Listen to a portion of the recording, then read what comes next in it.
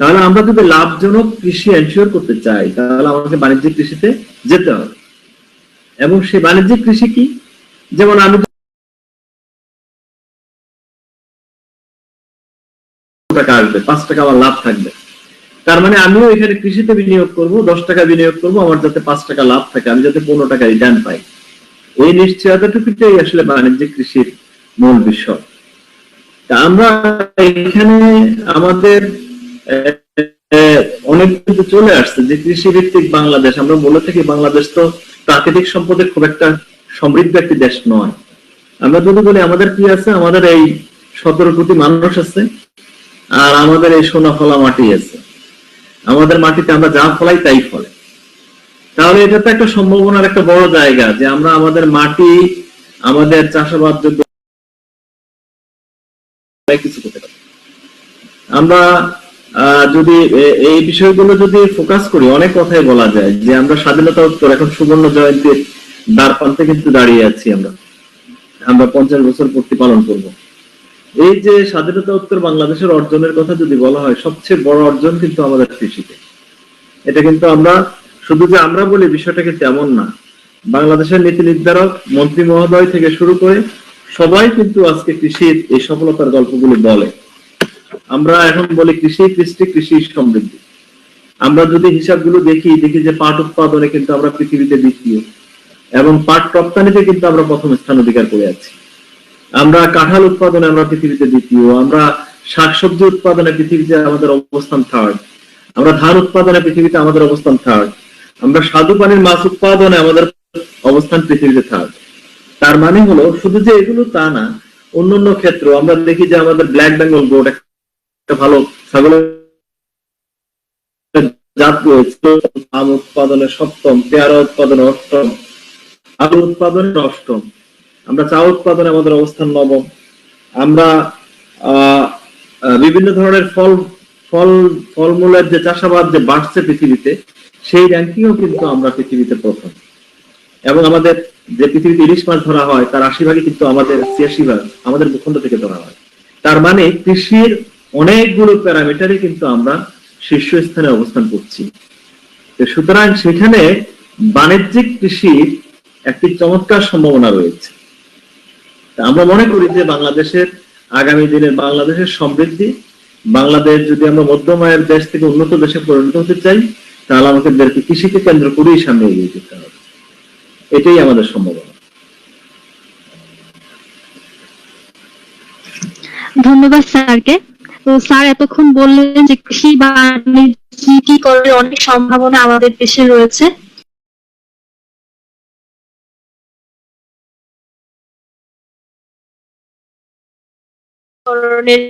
Challenge কি কি সে বিষয়ে আমাদেরকে একটু বলতেন। চমৎকার কথা বলছে যে বাণিজ্যিকীকরণ তাহলে এতদিন হলো না কেন? যদি এতই সম্ভব থাকে আজকে স্বাধীনতার 50 বছর পরে কেন আমাদের এই সম্ভাবনার কথাগুলো বলতে হলো, অথবা কেন আমরা এখনো বাণিজ্যিক কৃষিতে রূপান্তরিত হতে পারলাম না সকল অর্থে? আমরা যে কথাটা বলি যে কৃষি, আমরা কিন্তু একটা বিজ্ঞান, তাই না? আমরা এখানে বলি যে হয় আমাদের আধুনিক শিক্ষিত মানুষদেরকে কৃষিতে আসতে হবে, ব্যক্তিবর্গ রয়েছে সবাইকে আধুনিক প্রযুক্তি শিক্ষিত করে গড়ে তুলতে হবে। নিত্য নতুন কৃষির প্রযুক্তি এবং নিত্য নতুন যে জ্ঞান রয়েছে সেগুলোতে সমৃদ্ধ করতে হবে, এর কোনো বিকল্প নেই। আমরা দেখি বাংলাদেশ কিন্তু পৃথিবীর অন্যতম একটি ঘনবসতিপূর্ণ দেশ, জনসংখ্যায় পৃথিবীতে আমাদের অবস্থান অষ্টম, কিন্তু আয়তনের দিক থেকে পৃথিবীতে কিন্তু বাংলাদেশ একটি ক্ষুদ্রতম দেশ। আয়তনের দিক থেকে আমাদের অবস্থান 94তম, এবং আমাদের এই চাষাবাদযোগ্য জমির পরিমাণও কিন্তু খুব বেশি না, প্রায় 8.5 মিলিয়ন হেক্টর জমিতে আমাদের চাষাবাদ হয়। তাহলে এই যে এখন এই সীমাবদ্ধতা কোথায়, সীমাবদ্ধতা গুলো কোন জায়গায়, কেন আমরা বাণিজ্যিক কৃষিতে যেতে পারলাম না? বাণিজ্যিক কৃষিতে যেতে হলে আমি প্রথমে যে কথাটি বললাম যে আমাকে নিত্য নতুন প্রযুক্তির সন্নিবেশ কৃষিতে করতে হবে, এবং এই প্রযুক্তিগুলোর যদি ব্যবহার করতে হয় তাহলে আমাকে এই নলেজটা গেইন করতে হবে। আর কৃষিতে আমাদের বর্তমান যে কৃষি, এই কৃষিতে বিনিয়োগ আসতে হবে। আমরা যদি আমাদের কৃষকদের স্ট্যাটিস্টিক্স দেখি তাহলে আমি একটু জাস্ট একটা নজরে বলি যে আমাদের যে কৃষক যারা রয়েছে তাদের মধ্যে প্রায় 50 ভাগই হলো ক্ষুদ্র কৃষক, এবং 38% হলো প্রান্তিক কৃষক, যাদের জমির পরিমাণ 0.02 থেকে 0.2 হেক্টর, মানে 2 হেক্টরের কম জমি যাদের রয়েছে সেই সংখ্যাটা হলো প্রায় 38%। এবং 50% যাদের জমি 0.2 থেকে 1 হেক্টরের ভিতরে। এবং মাঝারি এবং বাকি যে কৃষকরা রয়েছে তারা হলো মাঝারি কৃষক। তার মানে হলো মোট যে কৃষক পরিবার রয়েছে তার 88% চাষাবাদযোগ্য জমির পরিমাণ 36%। তাহলে বাকি থাকে কত? বাকি 11% কৃষকের জমির পরিমাণ 63%। তার মানে আমরা দেখতে পাই যে আমাদের কৃষক সমাজের সংখ্যাধিক্যই কিন্তু প্রান্তিক এবং ক্ষুদ্র কৃষক, তাদের জমির পরিমাণ কম। তাহলে তাদের জমি নেই ঠিক মতো, সেই জমিতে লোক কিভাবে বিনিয়োগ করবে? তারা তো প্রান্তিক আর ক্ষুদ্র বলতে আমরা বুঝি তাদের আর্থিক অবস্থা সেই অর্থে সচ্ছল নয়। তাহলে কৃষিতে যে বিনিয়োগ দরকার, আমরা যেটাকে বলি বাণিজ্যিক কৃষি, বাণিজ্যিক কৃষিতে বিনিয়োগ লাগবে। বিনিয়োগ যদি আমি করতে না পারি তাহলে সেখানে সেটা কিন্তু লাভজনক হবে না। আমাদের বেশ কিছু সমস্যা রয়েছে আমাদের কৃষিতে। একটা হলো যে চাহিদা যোগানের সম্পর্কগুলো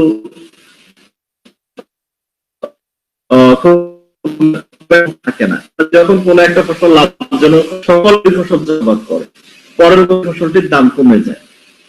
তার মানে আমরা দেখি যে কৃষক কিন্তু অনেক সময় ন্যায্য মূল্য পায় না। যখন ন্যায্য মূল্য পায় না তখন তারা কিন্তু লুজার হয়, পরবর্তীতে কিন্তু সে ফসল চাষে আবার বিরত থাকে।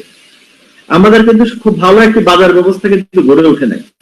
অদ্যাবধি আমরা খুব সুন্দর একটি বাজার ব্যবস্থা গড়ে তুলতে পারি নাই। আমরা যদি আমাদের বাজার ব্যবস্থার কথা বলি তাহলে এখানে কিন্তু মিডলম্যান অনেক। আমরা দেখি এখানে ফড়িয়া আছে, পাইকার আছে, আড়তদার আছে, খুচরা ব্যবসায়ী আছে, বিভিন্ন ধরনের মাঝখানে অনেকগুলো চেইন। এই যে হাত বদল হয়, হাত বদলের কারণেই কিন্তু ফসলের দাম বেড়ে যায়। আজকে 5 কেজি ফুলকপির দাম দিনাজপুরে হলো 25 টাকা, কিন্তু আমি ঢাকায় কিন্তু এটা কিনতে আমাকে 100 টাকার উপরে খরচ করতে হবে। তার মানে হলো মাঝখানে 75 টাকা চলে যায়, কৃষক কিন্তু সে টাকাটা পায় না। এবং আমরা যে কৃষি পণ্যের কিন্তু পরিবহন ব্যবস্থা ভালোভাবে গড়ে তুলতে পারি নাই, সংরক্ষণ ব্যবস্থা করতে পারি নাই, আমরা খুব একটা ভ্যালু এডিশনও করতে পারি।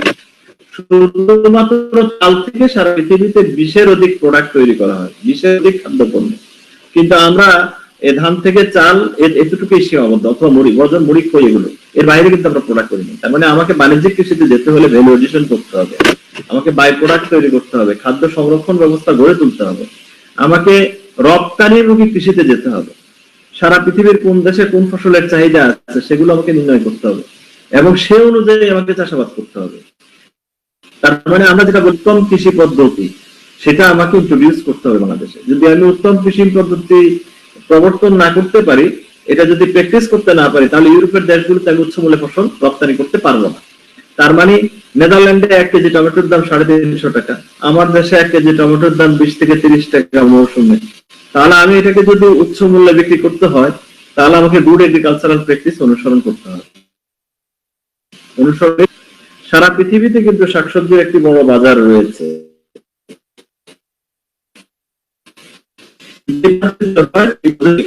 ইন্ট্রোডিউস করতে হবে। কৃষির আরেকটি বড় সমস্যা হলো সময় মতো কিন্তু আমরা কৃষি শ্রমিক পাই না, মানে কৃষি শ্রমিকের ঘাটতি কিন্তু একটি বড় বিষয়। তার মানে আমাকে কৃষিতে যান্ত্রিকীকরণ করতে হবে, কৃষিতে হাইজিন নিয়ে আসতে হবে, কৃষিতে আমাকে কৃষির ঋণটা বাড়াতে হবে। আমাদের বাংলাদেশ কিন্তু আমরা যদি দেখি যে জলবায়ুগত পরিবর্তনের শিকার যে দেশগুলো রয়েছে তার মধ্যে সবচেয়ে ঝুঁকিপূর্ণ দেশের তালিকায় বাংলাদেশ 7ম। আবার আমরা যদি দেখি প্রাকৃতিক দুর্যোগের ঝুঁকিপূর্ণ যে দেশগুলো রয়েছে তার মধ্যে কিন্তু বাংলাদেশ হলো 3য়। তার মানে এই যে প্রাকৃতিক দুর্যোগ এবং জলবায়ুগত পরিবর্তনের শিকার দেশগুলোর মধ্যে বাংলাদেশ অন্যতম, এবং এগুলোর কিন্তু সরাসরি প্রভাব পড়ে হলো কৃষিতে। তাহলে কৃষিতে আমার সেই কৃষিকে যদি আমি সুরক্ষা দিতে হয় তাহলে সেখানে শস্য বীমা অথবা কৃষি বীমা চালু করাটা খুবই জরুরি। এটা কৃষকের স্বার্থেই করতে হবে। এবং আমি পৃথিবীর বিভিন্ন দেশের অনেক উদাহরণ দিই, যদিও সব উদাহরণগুলো বাংলাদেশের জন্য সমহারে বাস্তবায়ন করা কঠিন। যেমন জাপানের কৃষকরা তাদের ফসলগুলো নিয়ে এসে সরকারি গভর্নমেন্ট বিভিন্ন ধরনের স্টোর রয়েছে সেখানে সেল করে তার ক্রেডিট কার্ডে টাকা নিয়ে এসে চলে যায়। তার মানে তার ফসল বিক্রি হবে এই নিশ্চয়তা তার কাছে রয়েছে। আমরা দেখি যে নেদারল্যান্ডে এই ধরনের শাকসবজি, ফলমূল সবকিছু অকশন হাউসে বিক্রি হয়, মানে প্রকাশ্য নিলামে বিক্রি হয়, এবং সেই নিলামে অংশগ্রহণ করে সারা ইউরোপ থেকে কিন্তু যারা ব্যবসায়ী তারা এসে সেখানে অংশগ্রহণ করে। তাহলে সেখানে অনেক সময় যদি ফসলের চাহিদা তুলনায় যোগানটা বেশি হয় তাহলে দাম কিভাবে কন্ট্রোলে থাকবে? আমরা এই কথাটা কিন্তু বলি, তোমরা এগ্রি বিজনেসের স্টুডেন্ট, তোমরা এই বিষয়গুলো জানো যে মুক্তবাজার অর্থনীতিতে দাম নিয়ন্ত্রণ করা সরকারের পক্ষে অনেকাংশে কঠিন। কিন্তু সেখানে তারা যেটা করে সেটা হলো সরকারের একজন বায়ার থাকে, গভর্নমেন্টের একজন বায়ার থাকে, তাকে প্রতিটি কৃষি পণ্যের দাম নির্ধারণ করে দেওয়া থাকে।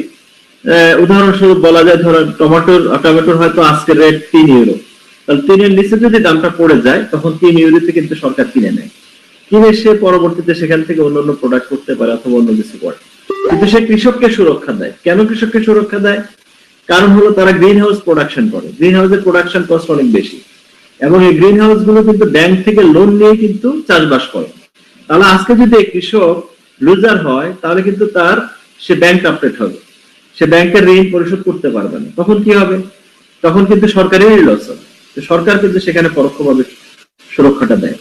সামগ্রিকভাবে আমরা যেটা মনে করি যে বাংলাদেশের কৃষির যদি বাণিজ্যিকীকরণ করতে হয় তাহলে এখানে public private partnership, government involvement, পলিসিগত বিষয় রয়েছে, সবগুলো বিষয়ের সমন্বয়ে কিন্তু এটা উত্তরণ করতে হবে। তবে আমি আশাবাদী যে আগামী দিনে বাংলাদেশের কৃষির জন্য অনেক সম্ভাবনা রয়েছে। আমরা সাম্প্রতিক সময়ে লক্ষ্য করছি যে আমাদের তরুণ জনগোষ্ঠীর একটি অংশ কৃষিতে বিনিয়োগ করছে। তারা বিভিন্ন বিশ্ববিদ্যালয়ে উচ্চশিক্ষা শেষে আবার কৃষি জমিতে গিয়ে সেখানে ছোট ছোট খামার গড়ে তুলছে, সেখানে হাই ডেন্সিটি এগ্রিকালচারের দিকে যাচ্ছে এবং সেগুলো বেশ লাভজনক হচ্ছে। সেটাই আমাদেরকে সম্ভাবনার দিশা দেয় যে আগামীতে হয়তো আমরা কৃষিতে, এই বাণিজ্যিক কৃষিতে একটি ভালো সুফল পাবো। ধন্যবাদ স্যারকে। স্যার অনেকগুলো সীমাবদ্ধতার কথা বললেন। আসলে সীমাবদ্ধতা না, আমরা যদি এই জিনিসগুলোকে কাটিয়ে উঠতে পারি তাহলে আমাদের জন্য সম্ভাবনার দ্বার অনেক খুলে যাবে। তো স্যার একটি চ্যালেঞ্জের কথা বললেন, সেটি হচ্ছে জমি নিয়ে স্যার কথা বললেন যে জমির পরিমাণ খুব কম, আবার জনসংখ্যা অনেক বেশি, জনপ্রতি জমির পরিমাণ বিশ্বের যে কোনো দেশের তুলনায় বাংলাদেশে অনেক কম। তো স্যারের কাছে জানতে চাচ্ছি যে এমত অবস্থায় বাংলাদেশের কৃষিকে পুরোপুরি বাণিজ্যিক রূপ দেওয়া কতটুকু সম্ভব বলে আপনি মনে করেন? আমরা এখন একটু আগে আমি বলছিলাম যে হাই ডেন্সিটি এগ্রিকালচার মানে অধিক ঘনত্বের কৃষি, নতুন একটি কনসেপ্ট নিয়ে আমরা বাংলাদেশে বিভিন্ন জায়গায় কাজ হচ্ছে। যেমন আমরা দেখি আগে পুকুরে, তারপরে দিঘিতে অথবা নদী নালা খাল বিলে মাছ চাষ হতো, তাই না? এখন আমরা দেখি বায়োফ্লক, নতুন প্রযুক্তি চলে আসছে, তার মানে বায়োফ্লকে অধিক ঘনত্বে মাছ চাষ করা যায়। আবার আমরা দেখি যে আগে আমরা কি দেখতাম যে আম গাছ অনেক বড় হতো, তারপরে পেয়ারা গাছ অনেক বড় হতো, সেখান থেকে পেয়ারা হতো। এখন কি গাছগুলো অনেক ছোট এবং অধিক ঘনত্বে চাষাবাদ করা হয়, হাত দিয়ে পাড়া যায় এমন ঘনত্বে গাছ লাগানো হচ্ছে। আমরা এখন আমাদের যে মাটি, আমাদের আবহাওয়াগত দিক থেকে আমরা একটা ভালো সুবিধাজনক অবস্থায় রয়েছি। সেটা হলো সারা বছর এখানে ফসল ফলানো যায়, যখন খুশি তখন আমি ফসল ফলাতে পারি, যার যদি আমাদের ঠিক থাকে। আমাদের এখন এই জমিগুলোর সদ্ব্যবহার করতে হবে। আমাদের শস্য নিবিড়তা বেড়েছে, 200 গুণের অধিক বেড়েছে, আরো নিবিড়তাকে আরো বাড়াতে হবে। আমরা একই সাথে একাধিক ফসল করতে হবে। আমরা যেটাকে বলি ভার্টিক্যাল এগ্রিকালচার, সেই জায়গায় আমাদেরকে যেতে হবে। আমরা এখন তো আরবান এগ্রিকালচারের কথা বলি, নগর কৃষির কথা বলি। আমরা বলি যে প্রতিটি বাড়ির ছাদে একটা করে বাগান থাকবে এবং সেই বাগান থেকে ওই বিল্ডিং এর একটি উল্লেখযোগ্য অংশের যে ফল ফসলের চাহিদার যোগান সেখান থেকে দেওয়া হবে। এটা অসম্ভব নয়। আমরা সারা পৃথিবীতেই এখন আমরা দেখি যে গ্রিন হাউস, নেদারল্যান্ডের উদাহরণ দিলেই বলা যায়, সে দেশের 1% জায়গায় গ্রিন হাউস রয়েছে। সেই গ্রিন হাউসের প্রোডাকশন দিয়ে সারা দেশের চাহিদা মিটিয়ে তারা পৃথিবীতে কৃষি পণ্য রপ্তানিতে পৃথিবীতে তারা শীর্ষস্থান দখল করে নিয়েছে। তাহলে শুধুমাত্র গ্রিন হাউসে প্রোডাকশন করে তাদের পক্ষে এটা সম্ভব হয়েছে। আর আমার যদি এই উন্মুক্ত জায়গা যেটা পুরো মাঠ, এটাকে যদি আমরা ওরকম নিবিড় কৃষির অধীনে নিয়ে আসতে পারি তাহলে এখান থেকে অনেক বেশি ফলন, অনেক বেশি ফসল উৎপাদন করা সম্ভব হবে। ধন্যবাদ স্যার। স্যারের কাছে এখন যে প্রশ্নটি রাখতে চাচ্ছি সেটি হচ্ছে যে ঢাকা শহরে প্রায় 2 কোটিরও বেশি মানুষ বসবাস করে। সিন্ডিকেট সহ বিভিন্ন কারণে দেখা যায় কৃষি পণ্য ক্রয়ে আমাদেরকে অনেক বেশি মূল্য দিতে হয়। স্যার যেহেতু দীর্ঘদিন ধরে ছাদ কৃষি এবং আরবান এগ্রিকালচার নিয়ে কাজ করে আসছেন, তো স্যার ছাদ কৃষিকে কিভাবে আমরা অতিরিক্ত মূল্যের বিকল্প হিসেবে গ্রহণ করতে পারি? খুব সুন্দর একটি প্রশ্নের অবতারণা করা হয়েছে, ছাদ কৃষি। আমরা এটাকে এখন নগর কৃষি অথবা ছাদ কৃষি দুটো নামে অভিহিত করি। আমি মনে করি যে বাংলাদেশে বিগত 10 বছরে একটি একটি সফল সামাজিক আন্দোলন হলো ছাদ কৃষি।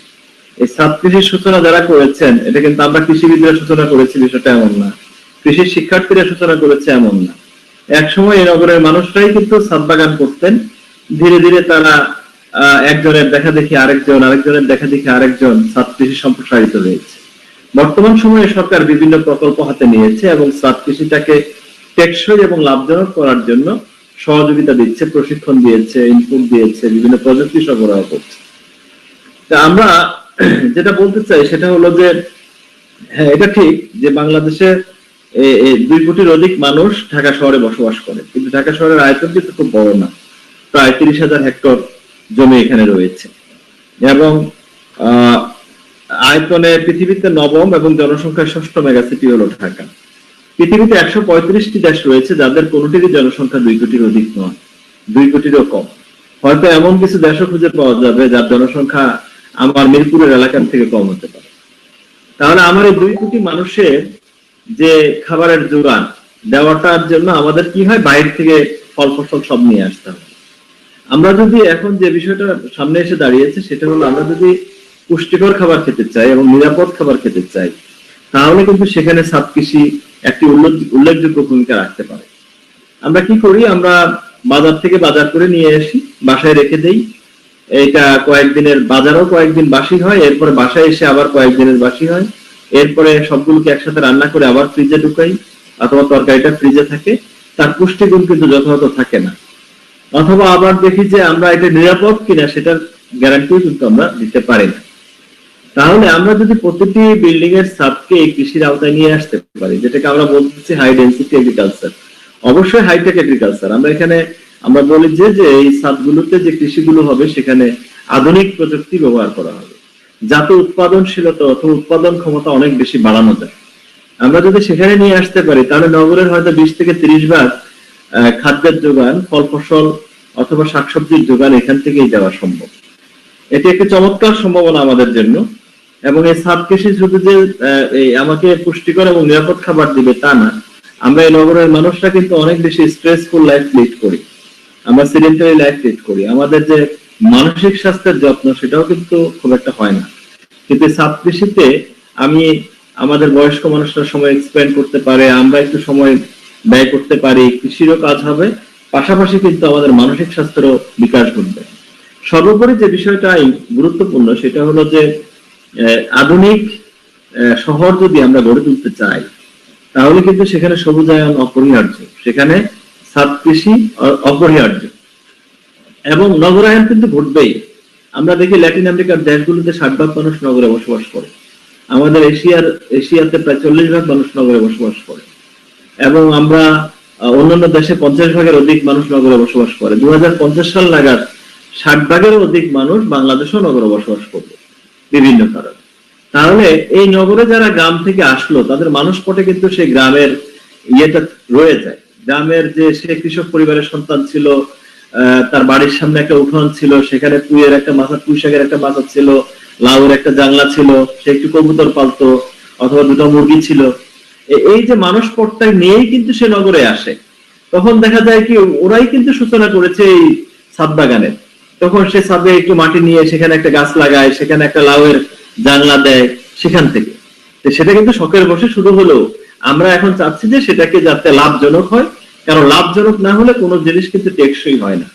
তো এখানে যখন 10 টাকা বিনিয়োগ করে 20 টাকা পাওয়া যাবে, তখন কিন্তু সবাই ছাদ বাগানে আকৃষ্ট হবে, তখন যদি এটাকে প্রফিটেবল করা যায়।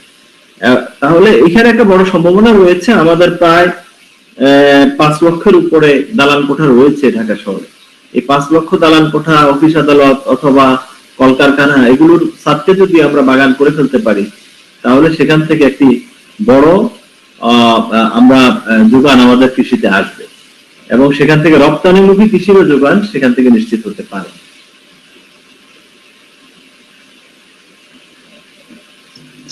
আবারও ধন্যবাদ স্যারকে। আমরাও চাই যে পুরো বাংলাদেশ জুড়ে ছাদ কৃষির একটি বিপ্লব ঘটুক। স্যারের কাছে এবার যে প্রশ্নটি রাখতে চাচ্ছি, সেটি হচ্ছে যে কৃষি বাণিজ্যিকীকরণের একটি বড় বাধা হচ্ছে মিডলম্যান, আমরা এটা সবাই জানি। এখন স্যারের কাছে প্রশ্ন যে আমরা কিভাবে মিডলম্যান বা সিন্ডিকেটের কালো ছায়া থেকে আমাদের কৃষক এবং ভোক্তাদেরকে রক্ষা করতে পারি? আচ্ছা, এই বিষয়টা নিয়ে আসলে গণমাধ্যমে ব্যাপক আলোচনা হয়। মধ্যস্বত্বভোগী আমরা যাদেরকে বাংলায় বলি, মধ্যস্বত্বভোগী একেবারেই থাকবে না বিষয়টা কিন্তু এমন নয়। কারণ যে কোনো পণ্যের পরিবহন ব্যবস্থার মধ্যে মধ্যস্বত্বভোগী থাকে, সেটা কৃষি পণ্য হোক আর অকৃষি পণ্য হোক। কারণ মধ্যস্বত্বভোগী ছাড়া কিন্তু পণ্য প্রডিউসার থেকে, উৎপাদনকারী থেকে ভোক্তা পর্যায়ে অনেক সময় পৌঁছানো সম্ভব হয় না। কিন্তু আমাদের এখানে যে বিষয়টা হয় সেটা হলো যে এখানে অনেক সময় আমরা দেখি এই চেইনের মধ্যে স্টপেজ গুলো অনেক বেশি। যেমন আমরা দেখি যে একজন উৎপাদক কৃষক, ওনার থেকে ফড়িয়া আছে, ব্যাপারী আছে, আড়তদার আছে, পাইকার আছে, খুচরা ব্যবসায়ী আছে, মানে অনেকগুলো হাত বদল হয়। এবং আমরা এই বিষয়গুলো আমরা সবাই কম বেশি জানি। আমাদের কৃষি পণ্য বিভিন্ন জায়গা থেকে আসে, দক্ষিণাঞ্চল, উত্তরাঞ্চল থেকে, এবং কৃষি পণ্যের উৎপাদন খরচ একটি বড় খরচ হিসাবে সংযুক্ত হয়। এবং এই উৎপাদন খরচের পাশে পরিবহন খরচটা একটি বড় অংশ। এবং এই পরিবহন খরচের মধ্যে বিভিন্ন রকমের হিসাব নিকাশ থাকে। এখন এই বিষয়গুলোকে যদি আমরা একটু অ্যাভয়েড করতে পারি, তাহলে কিন্তু সেটা ভোক্তা পর্যায়ে, আমরা যারা নগরে বসবাস করি, আমরা যারা মূল ভোক্তা, তাদের জন্য দামটা কম থাকে, আবার যারা উৎপাদক তারাও ন্যায্য মূল্যটা পায়। আমি যে কথাটা বললাম, একটা ফুলকপি উৎপাদনে তার খরচ হলো 5 টাকা, কিন্তু সে পাচ্ছে হয়তো 3 টাকা, তাহলে তো এটা তার জন্য লাভজনক না, এটা কোনো অবস্থায় লাভজনক না। তাহলে আমাদেরকে এখানে যেটা করতে হবে সেটা হলো যে বিভিন্ন রকম, যেমন বিদেশে এগুলো, এই প্রযুক্তিগুলি রয়েছে, তাদের সুপার মার্কেটে কেনা বেচা হয়। আমাদেরও সাম্প্রতিক সময় সুপার মার্কেট শুরু হয়েছে। তারপর অনলাইন গ্রুপ বাইং একটা প্রযুক্তি রয়েছে, একটা বিষয় রয়েছে অনলাইন গ্রুপ বাইং, সেটা অনলাইনেও কেনাকাটা করা যায়, কৃষি পণ্যের সেগুলো করা যায়। এখন এখানে আমাদের যে বিষয়টা খেয়াল রাখা দরকার, যে উৎপাদক থেকে ভোক্তা পর্যায়ে এই যে হাত বদল হওয়ার কারণে কৃষি পণ্যের দাম 5 থেকে 6 গুণ বেড়ে যায়। এটাকে কিভাবে কমিয়ে আনা যায়, এটাকে কিভাবে সহনশীল করা যায়, কোন কোন স্টেপে দাম বাড়ে, কারা কারা দাম বাড়ায়, সে বিষয়গুলো যদি আমরা করতে পারি, এই জন্য বাজার ব্যবস্থা গড়ে তোলাটা খুবই জরুরি, এবং বাজার মনিটর করাটাও খুব জরুরি। যে কোনো কারণ ছাড়াই অনেক সময় আমরা দেখি যে কৃষি পণ্যের দাম বাড়ে, কোনো কারণই নেই। তাহলে এই যে কারা এই সিন্ডিকেট গুলোর সাথে জড়িত, সেগুলোকে চিহ্নিত করা এবং তাদেরকে নিয়ন্ত্রণের মধ্যে আনা, জবাবদিহিতার মধ্যে আনা। তবে বিকল্প বাজার যদি তৈরি হয়ে যায়, তাহলে এগুলো ধীরে ধীরে এই সমস্যাগুলো কমে আসবে। এই সমস্যাগুলো হয়তো আর কমে আসবে। তখন হয়তো আমাদের কৃষকরা যারা কষ্ট করে ফসল ফলান, আমরা চাই তারা ন্যায্য মূল্য পাক, তারা কৃষিতে থাকুক এবং কৃষিতে আরো বেশি বিনিয়োগ করার সুযোগ পাক। যদি কৃষক ন্যায্য মূল্য পায়, তাহলে বাংলাদেশের কৃষি সামনের দিকে আরো এগিয়ে যাবে। ধন্যবাদ স্যারকে।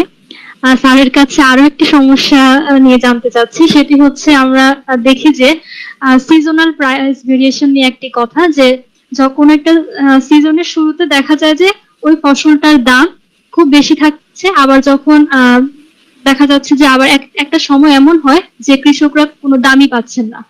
তো স্যার, এই ব্যাপারটি সম্পর্কে যদি আমাদেরকে একটু বলতেন যে এটি কিভাবে আসলে সমস্যাটি সমাধান করা যায়। এই যে বিষয়টা আমরা বললাম, এটা হলো আমাদের প্রথাগত কৃষি, আমাদের প্রাত্যহিক কৃষি। আমাদের কৃষকরা একসাথে সবাই চাষ করেন।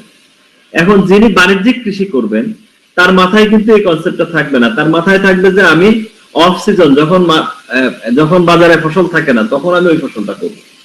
তার মাথায় কিন্তু এটা থাকবে। ধরেন আমের মৌসুমে আমের দাম কম থাকবে, এটাই স্বাভাবিক।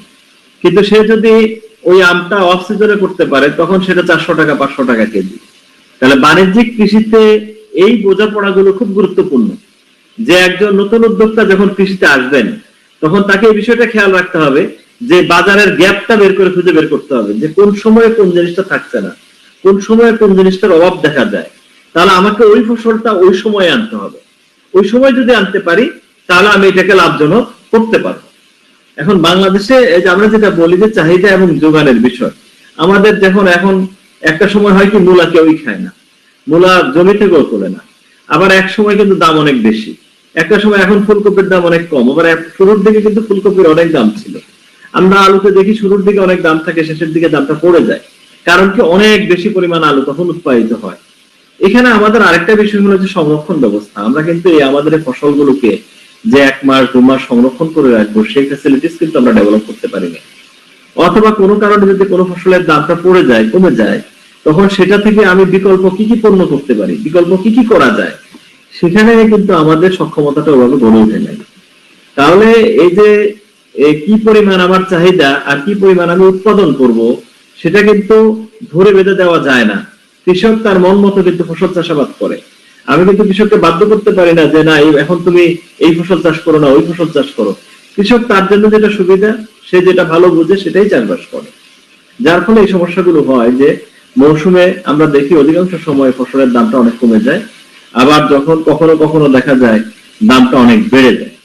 তো এই বাণিজ্যিক কৃষির এটা একটি বড় গুরুত্বপূর্ণ অংশ যে আমরা যারা শিক্ষিত কৃষক, যারা নতুন উদ্যোক্তা, তারা চিন্তা করবে যে কোন সময়ে কোন পণ্য বাজারে পাওয়া যায় না, ওই সময় যদি আমি ওই পণ্য বাজারে আনতে পারি তাহলে সেটার দাম ভালো পাওয়া যাবে, সেটা ভালো দামে বিক্রি হবে, তাহলে একটা চেক এন্ড ব্যালেন্স গড়ে উঠবে।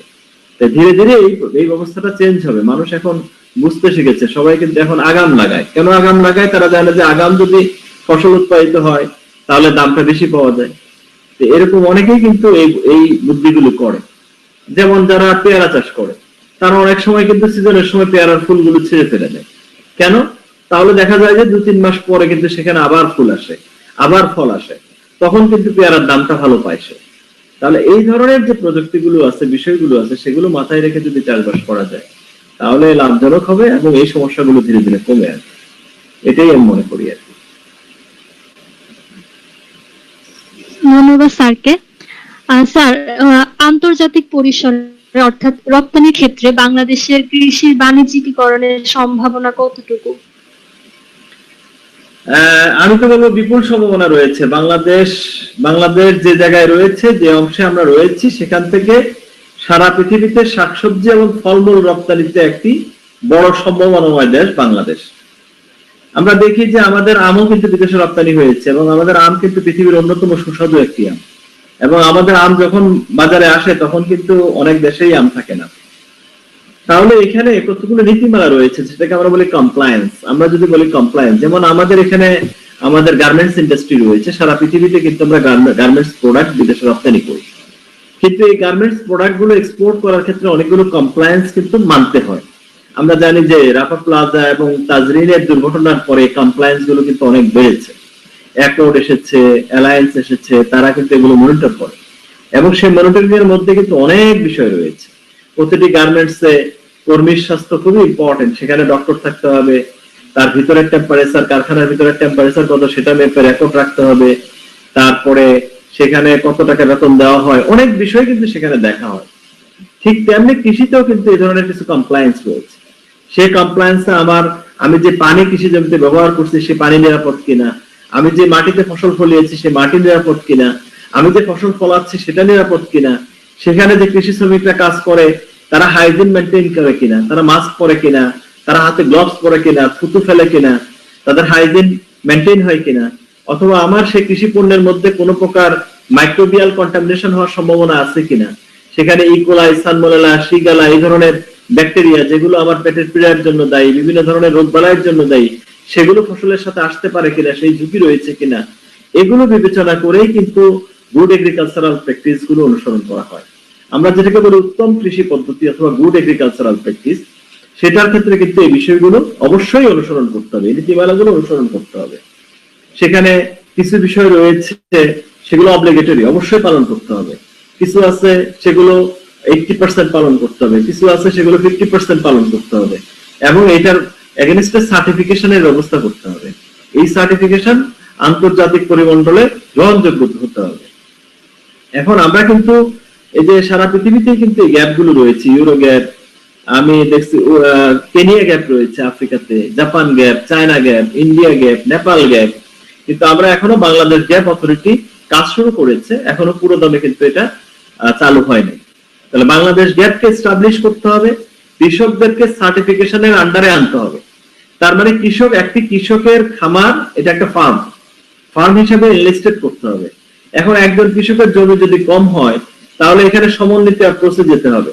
তার মানে 10 জন কৃষক মিলে একটা খামার করবেন, সেই খামারে তারা ফসল ফলাবেন, সেই ফসলের কিন্তু আবার একটা ট্যাগও থাকবে, সেই ট্যাগ, সেই বারকোডিং এ সকল ইনফরমেশন থাকবে। তাহলে আমরা এই ফসলগুলোকে রপ্তানিমুখী কৃষিতে আমরা ইনক্লুড করতে পারি। বিদেশে এই ধরনের জনপ্রিয় কিছু ইনোভেশন ছিল, যেমন থাইল্যান্ডে একটা রয়েছে 1 গ্রাম 1 পণ্য 1 ফসল, মানে একটি গ্রামে একটি ফসলই চাষাবাদ করে। তাহলে সেখানে ম্যানেজমেন্ট সহজ হয়, সেখানে রপ্তানি করা সহজ হয়, সেখানে পরিবহন সহজ হয়, অনেক বিষয় সহজ হয়। আমরা যদি এই ধরনের কোনো মডেল গ্রাম গড়ে তুলতে পারি যে একটা গ্রামে একই ফসল চাষাবাদ হবে, তাহলে ওখানকার ব্যবস্থাপনা একই রকম, প্রযুক্তি একই রকম, সেখানে জাতগুলো একই রকম আসবে, পরিবহন একইভাবে হবে, আমরা বিদেশের রপ্তানিকারকের কাছে সেটা পৌঁছাতে পারবো। তাহলে এই বিষয়গুলো আনতে হবে ধীরে ধীরে। হয় আমাকে কোঅপারেশন করে সমবায়ের মাধ্যমে গ্রুপ অ্যাপ্রোচে যেতে হবে, অথবা ইন্ডিভিজুয়াল বড় বড় ফার্ম করতে হবে এবং সেগুলো সার্টিফিকেশনের আওতায় আনতে হবে, এবং রপ্তানিমুখী কৃষিতে ওই কমপ্লায়েন্স অনুসরণ করে আমাকে পাঠাতে হবে। আমার সাথে কম্পিউটার কে, আমার সাথে ইন্ডিয়া কম্পিউটার, মিডল ইস্টের মার্কেট, আমাকে মার্কেটগুলো বুঝতে হবে কোথায় কোথায় আমার বাজার। মধ্যপ্রাচ্য কিন্তু ফসলের একটি বড় বাজার, শাকসবজির বড় বাজার। তাহলে মধ্যপ্রাচ্যের মার্কেটে আমার কম্পিউটার কারা? আমার যারা প্রতিযোগী, ইন্ডিয়া আমার প্রতিযোগী, আমার প্রতিবেশী। সুতরাং তারা যদি কমপ্লায়েন্স অনুসরণ করতে পারে, তাহলে আমাকেও কমপ্লায়েন্স অনুসরণ করতে হবে। ইউরোপের বাজারে তো অবশ্যই লাগবে, আমেরিকাতে, অস্ট্রেলিয়াতে, ইউরোপে আমাকে অবশ্যই এই কমপ্লায়েন্স গুলো অনুসরণ করতে হবে। তার মানে আমাকে এটা জানতে হবে, এটা মানতে হবে, এটা শিখতে হবে, এটা অনুসরণ করতে হবে এবং অডিট করাতে হবে। অডিট করে সার্টিফিকেশনটা এনশিওর করতে হবে, আদারওয়াইজ আমি বিদেশে এক্সপোর্ট করতে পারবো না।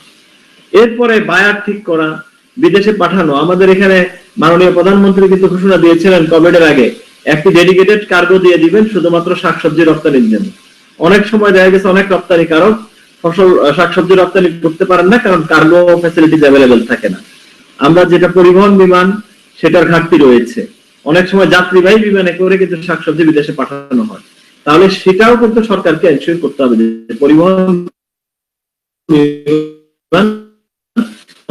কারণ এগুলো বেশি দিন রেখে দিলে নষ্ট হয়ে যাবে। আমার প্যাকেজিং সিস্টেমটাকে ইমপ্রুভ করতে হবে, আমার গ্রেডিং স্টোরেজ ফ্যাসিলিটিসটাকে ইমপ্রুভ করতে হবে। সার্বিকভাবে আমার যে ভ্যালু চেইন, যে আমার পুরো চেইনটাকে আমাকে স্মুথলি রান করাতে হবে। তাহলে আমরা এই কৃষিটাকে রপ্তানিমুখী কৃষিতে নিয়ে যেতে পারবো এবং আমার ফসলের যে দাম বাংলাদেশে রয়েছে তার থেকে 10 থেকে 20 গুণ বেশি দামে আমি ফসল বিক্রি করতে পারবো। তাহলে কি হবে? এই রপ্তানির সাথে যারা জড়িত, যে ব্যবসায়ীরা, তারাও উপকৃত হবে। এবং এরা তখন কি হবে, যে কৃষকরা এই রপ্তানিমুখী ফসল উৎপাদন করে, তার উৎপাদন খরচ বেশি পড়বে, কিন্তু তারপরও সে লাভবান হবে, যেহেতু সে অধিক মূল্যে ফসলগুলো রপ্তানি করবে। সুতরাং বাংলাদেশের কৃষিকে যদি টেকসই লাভজনক করতে হয় এবং এটাকে সুসংহত করতে হয়, সাস্টেইনেবল করতে হয়, তাহলে অবশ্যই আমাদেরকে রপ্তানিমুখী কৃষির দিকে নজর দিতে হবে এবং সেদিকেই ধীরে ধীরে দেশকে এগিয়ে নিতে হবে। ধন্যবাদ স্যারকে। স্যার যেহেতু যখন হাইজিনের কথা বলছিলেন, তখন করে আমার মাথায় একটি প্রশ্ন আসে, সেটি হচ্ছে যে দেখা যেহেতু বাণিজ্যিকীকরণ বেশি লাভ, তো অনেক সময় দেখা যায় আমাদের দেশের কৃষকেরা সঠিক তথ্যের অভাবে বা তাদের সেই প্রথাগত চাষাবাদের ব্যাপারটিতে তারা দেখা যায় অধিক রাসায়নিক বা কীটনাশক ব্যবহার করে থাকে অধিক ফলনের আশায়, যার ফলে তারা অধিক লাভবান হবে। তো সেই ক্ষেত্রে স্যার এই কৃষির বাণিজ্যিকীকরণের সাথে পরিবেশের বিরূপ প্রভাবের কোনো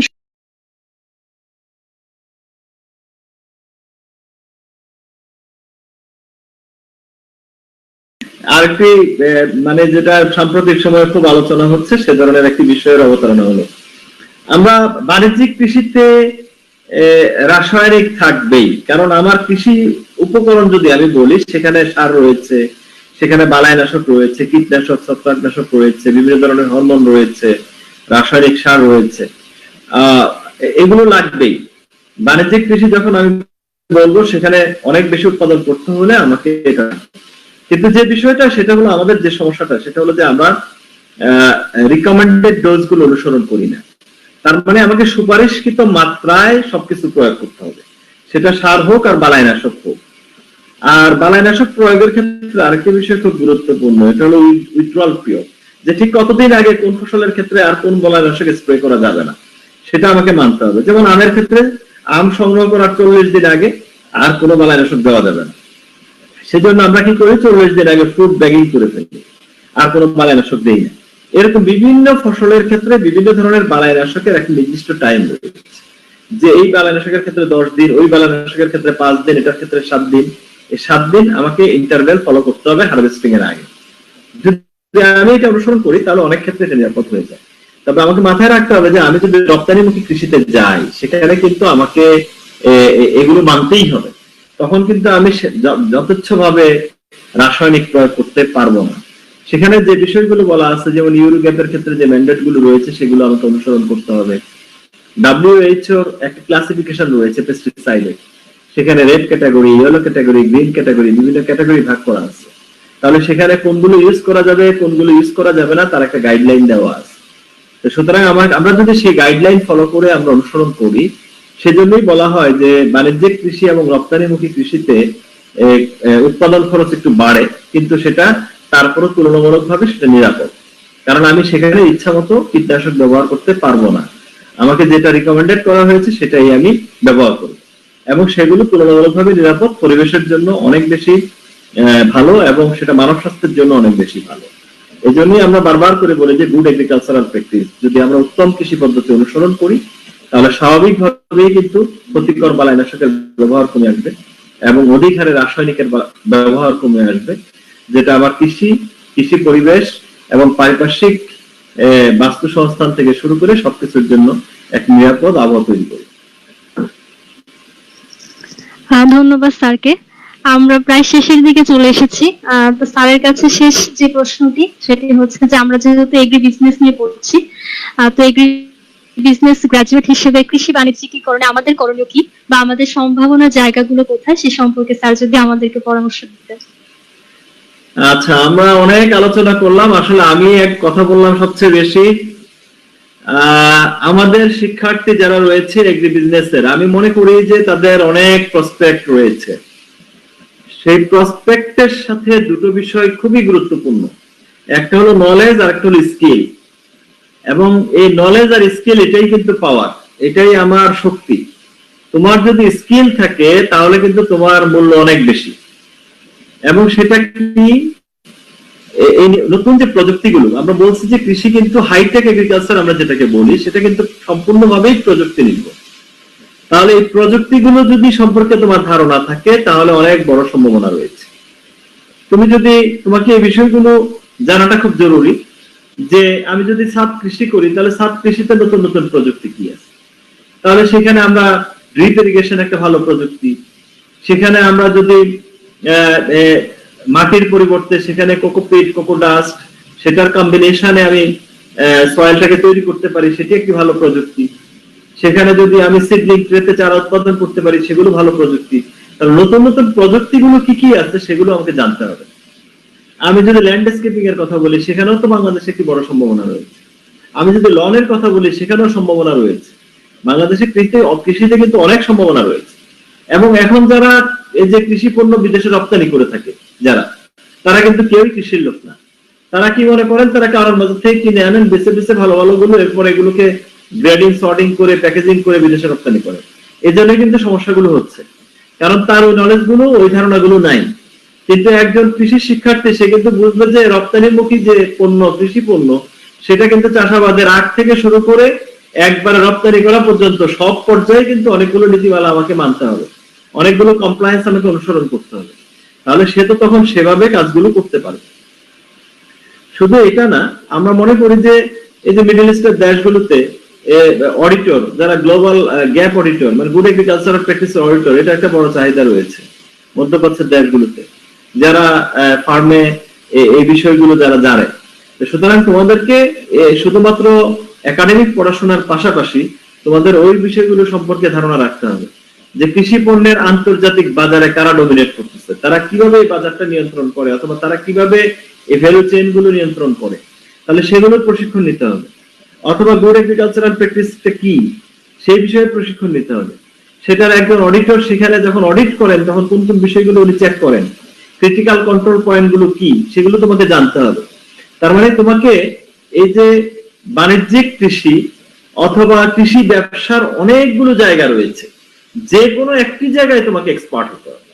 তার মানে আমাদের কৃষি গ্রাজুয়েটরা যারা আছে, আমি বলবো যে অনেক বেশি আমি জানি কিন্তু কোনোটাই আমি ভালোভাবে জানি না, তাহলে কিন্তু আমি খুব একটা ইউজফুল হব না।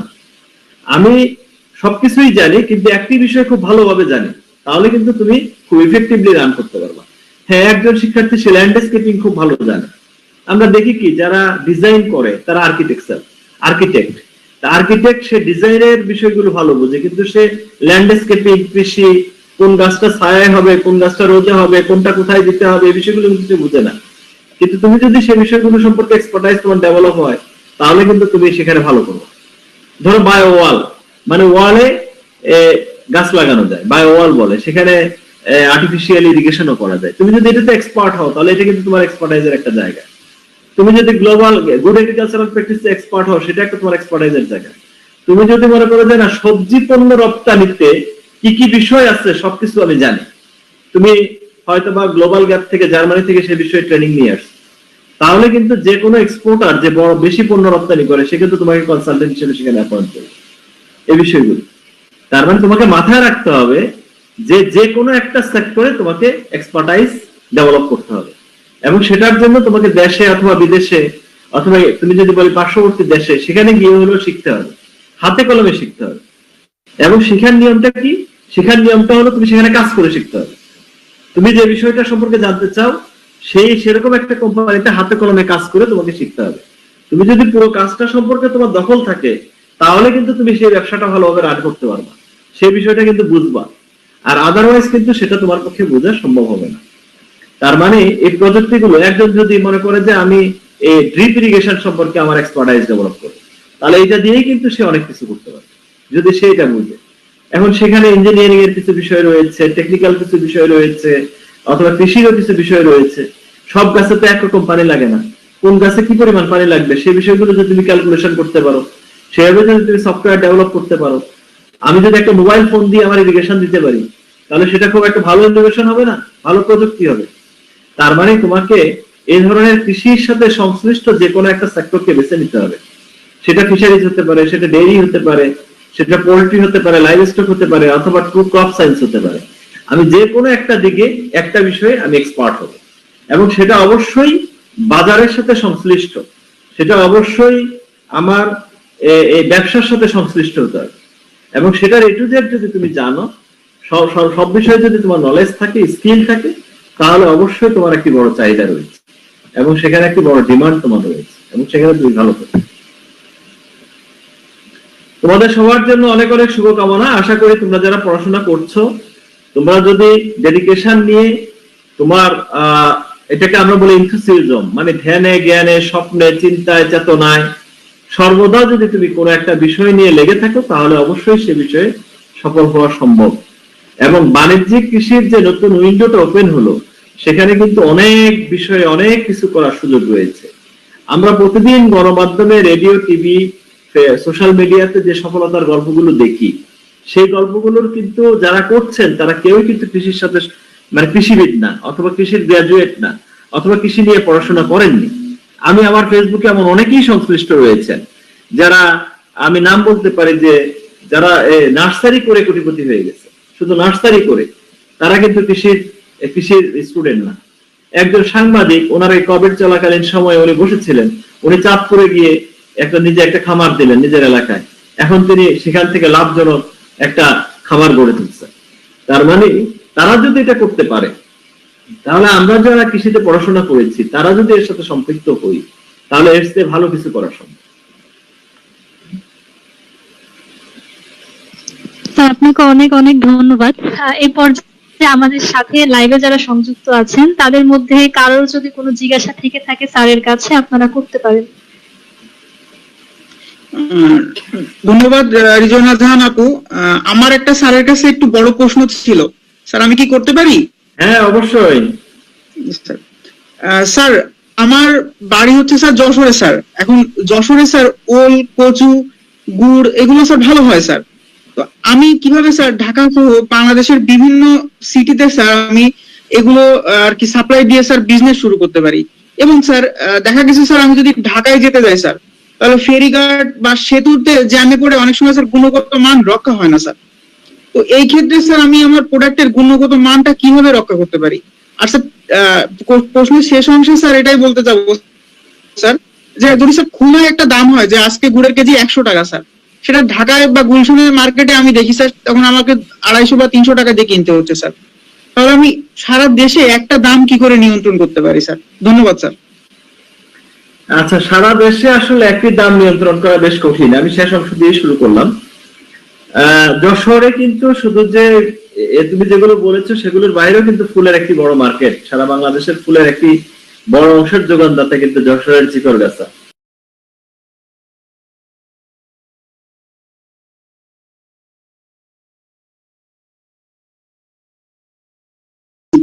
হ্যাঁ, গদখালিতে সবচেয়ে বড় জায়গা। তো সেখানে কিন্তু তারা কিন্তু একসময় এই এই উপকরণগুলো কিন্তু ইন্ডিয়া থেকে নিয়ে আসতো, এখনো আনে। যেমন ইরানি গোলাপ, আমি জিজ্ঞেস করলাম চারা আনছেন কোথেকে, বলে ইন্ডিয়া থেকে আনছে। তারপরে গ্লাডিউলাস বাল্ব আনছেন কোথেকে, ইন্ডিয়া থেকে আনছে। ওই এলাকা বর্ডার এলাকা হওয়ার কারণে ইন্ডিয়া থেকে এই মূল উপকরণ যেটা চারাগুলো ইন্ডিয়া থেকে চলে আসে, যার ফলে তাদের পক্ষে চাষবাস করা অনেক সহজ। এখন যে বিষয়টা গুরুত্বপূর্ণ সেটা হলো যে ব্র্যান্ডিং। আমাদের কিন্তু ব্র্যান্ডিং কোয়ালিটি খুবই খারাপ। আমরা যেমন বলি বাংলাদেশ পাট উৎপাদনে দ্বিতীয় কিন্তু রপ্তানিতে প্রথম, এবং সে রপ্তানির সিংহভাগ আমরা কোথায় রপ্তানি করি? ইন্ডিয়াতে রপ্তানি করি। ইন্ডিয়ায় পাট কিনে কি করে? সে কি সালার বস্তা বানায়? আমাদের দেশে পাট দিয়ে আমরা বুঝি খালি বস্তাই বানায়, এছাড়া আর কিছু হতে পারে পাট দিয়ে, এটা কিন্তু আমাদের মাথায় খুব কম আইডিয়া আছে। কিন্তু ইন্ডিয়া কি করে? সেটা ভ্যালু এডিশন করে।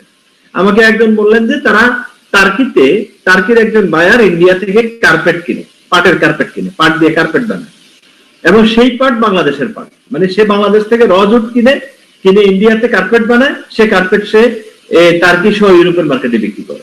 তাহলে আমি কেন ভ্যালু এডিশন করতে পারলাম না? আমি কেন ব্র্যান্ডিং করতে পারলাম না? এটা হলো আমার ব্যর্থতা। তাহলে তোমার যে প্রোডাক্টটা রয়েছে সে প্রোডাক্টটাকে ব্র্যান্ডিং করাটা খুব গুরুত্বপূর্ণ। তোমার গুড়টাকে যদি তুমি বলো যে হ্যাঁ এটা বিএসপি আমি এটা টেস্ট করেছি, অথবা আমি এটা সায়েন্স ল্যাবরেটরিতে টেস্ট করেছি, সেটা সেফ, সেটা নিরাপদ, সেভাবে যদি তুমি ব্র্যান্ডিং করতে পারো, ব্র্যান্ডিংটা অনেক গুরুত্বপূর্ণ, তাহলে কিন্তু তোমার এটা একটা বাজার তৈরি হবে। ধরো একজন ভদ্রলোক উনি মিরপুর এলাকায় ছাদ বাগান করে, গত সিজনে নাকি করেছেন দুটো আপেল গাছ, একটা 1 লাখ টাকা আর একটা 75,000 টাকা। কি হয়েছে? উনি সায়ান এনেছে থেকে, ইংল্যান্ড থেকে, এনে নিজে গ্রাফটিং করেছে, করার পরে সেটাতে ফুল আসছে, ফল ধরছে। যখন ফলগুলো থুকায় ধরে আছে তখন উনি বিক্রি করেছেন। উনি কখনোই কিন্তু ওনার একটা ছাদ বাগান থেকে 18 থেকে 20 লাখ টাকা উনি বিক্রি করেন বছরে। তাহলে এত টাকা শুধু একটা ছাদ থেকে, এই 3,000 3,500 স্কয়ার ফিট ছাদ থেকে সে 15-20 লাখ টাকা প্রতি বছর বিক্রি হয়, তার সেল হয়। কিন্তু সে কিন্তু এমনি চারা বিক্রি করে না। চারাতে যখন ফল ধরে থাকে, নতুন নতুন ফল সে বিদেশ থেকে নিয়ে আসে, ইতালি থেকে আনে, বিভিন্ন দেশ থেকে সায়ন আনে, সায়ন নিয়ে এসে উনি এখানে গ্রাফটিং করেন। করে যখন ফল ধরে, ওই ফল ধরা অবস্থায় উনি বিক্রি করেন, তখন দেখা যায় যে এটার ভ্যালু অনেক বেড়ে যায়। এবং উনি যে নতুন ফসল নিয়ে কাজ করেন, নতুন ফল নিয়ে কাজ করেন, যেগুলো অন্য কারো কাছে থাকে না। যেমন উনি এক ডুমুরের একটা গাছ প্রথম উনি নিয়ে আসছিলেন, সে একটা গাছ থেকে উনি 7 থেকে 8 লাখ টাকার চারা বিক্রি করেছে। তাহলে আমাকে এই বিষয়গুলো একটু মাথায় রাখতে হবে যে আমি কিভাবে আমার ব্র্যান্ডিংটা করবো, কিভাবে। এই গুড়ের সিজনে সবাই গুড় বিক্রি করে, আমি সিজনটা একটু চেঞ্জ করিনি, যখন ওই সময়টা থাকবে না তখন আমি বিক্রি করি। সবাই তো গুড়ের একটা নির্দিষ্ট শেপে বিক্রি করে, আমি শেপটা চেঞ্জ করি। সবাই তো শুধু গুড়ই বিক্রি করে, গুড়ের সাথে কি আর কোনো কিছু ব্লেন্ডিং করা যায় কিনা, গুড় থেকে গুড়ের মতো আর কিছু বানানো যায় কিনা, আমি সেটা নিয়ে ভাবি। আমরা যদি 100 বছরের ইতিহাস দেখি, তাহলে এই খেজুরের গুড় অথবা আখের গুড়, গুড়ই তো হয়েছে, তাই না? কিন্তু গুড়ের সাথে আর কিছু ব্লেন্ডিং করে কি আমি কোনো কিছু ভাবছি? তুমি কোনো কিছু ভাবছো? আমরা ওই গুড়ের একটা শেপই দেখে আসছি ছোটবেলা থেকে, হয় একবার প্লেন অথবা গুড়, কিন্তু আর কোনো শেপ কি হতে পারে? আর কোনোভাবে কি এটাকে আমি আকর্ষণীয় করতে পারি? এটাকে আমি অন্য কোনোভাবে এটাকে ব্র্যান্ডিং করতে পারি? তাহলে এই যে নিউ কনসেপ্ট, নতুন নতুন ইনোভেশন কিভাবে আনা যায়, যদি আমি আনতে পারি, তাহলে কিন্তু আমার এই পণ্যটা একটা আলাদা বাজার তৈরি হবে, তাই না? এখন তো অনলাইনে আমি দেখি কটকটি বিক্রি করে, কটকটি একসময় আমরাও খাইছি, তাই না?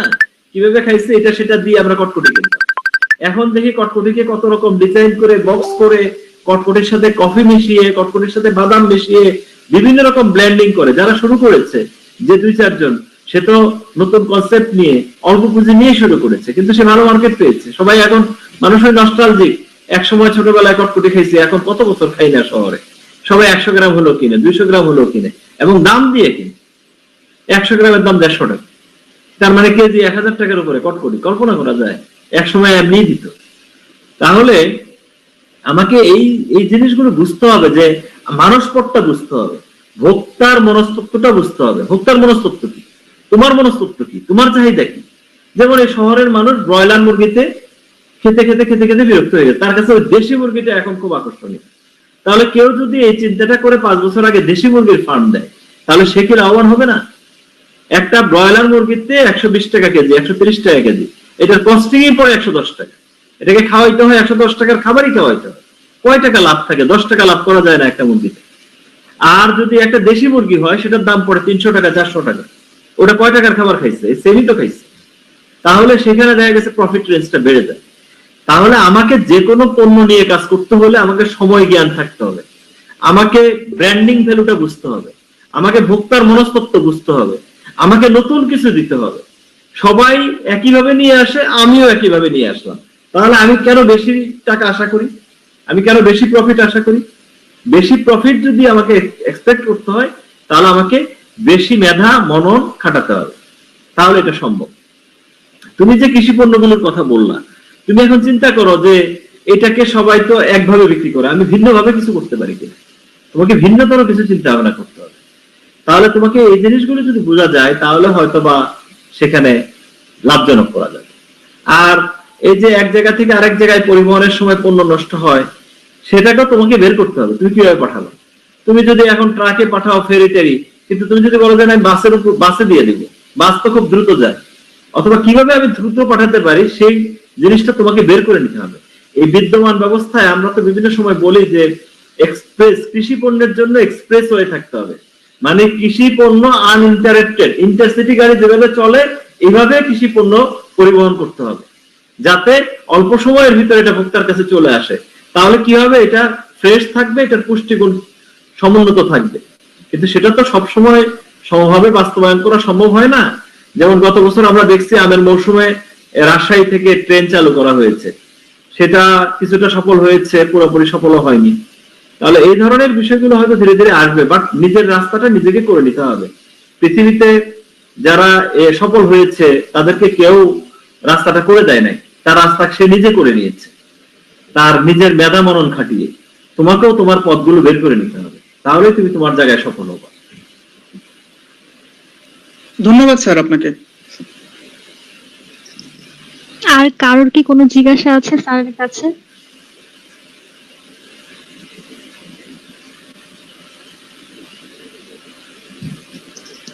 সম্ভবত স্যার আর কারোর কোনো জিজ্ঞাসা নেই। আমরা সেশনটি তাহলে এখানে স্যার আপনাকে অনেক অনেক ধন্যবাদ। আপনি খুব সুন্দরভাবে আমাদেরকে পুরো বিষয়টা সম্পর্কে অনেক দিক নির্দেশনা দিয়েছেন, অনেক সুন্দরভাবে বিষয়গুলো ফুটিয়ে তুলেছেন আমাদের সামনে।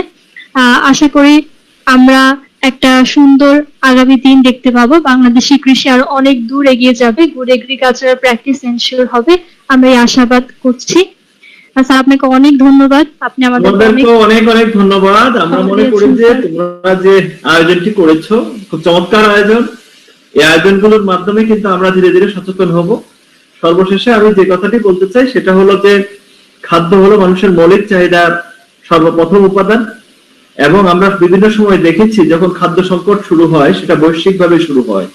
আমরা কিন্তু একটা সময় ধান কিনতে গিয়ে ধান কিনতে পারি নাই, পৃথিবীতে কোনো দেশই তখন বিক্রি করে না। সুতরাং আমাদের এই 17 কোটি মানুষকে যদি খেয়ে পরে বেঁচে থাকতে হয়, তাহলে আমাদের ফসল আমাদেরকে উৎপাদন করতে হবে। আমাদের মাননীয় প্রধানমন্ত্রী যে ঘোষণাটি দিয়েছেন মহামারীর শুরুতে, যে প্রতি ইঞ্চি চাষাবাদযোগ্য জমিকে আবাদের আওতায় আনতে হবে।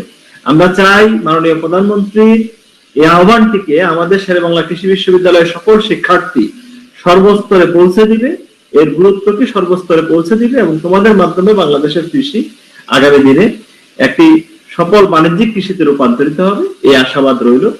সবাইকে অনেক অনেক ধন্যবাদ, সবার জন্য শুভকামনা। ধন্যবাদ স্যার, আপনাকে অনেক অনেক ধন্যবাদ। এতক্ষণ যারা আমাদের সাথে সংযুক্ত ছিল তাদেরকেও অনেক ধন্যবাদ। আজকের লাইভ সেশনটি আমরা এখানে শেষ করছি। ধন্যবাদ সবাইকে।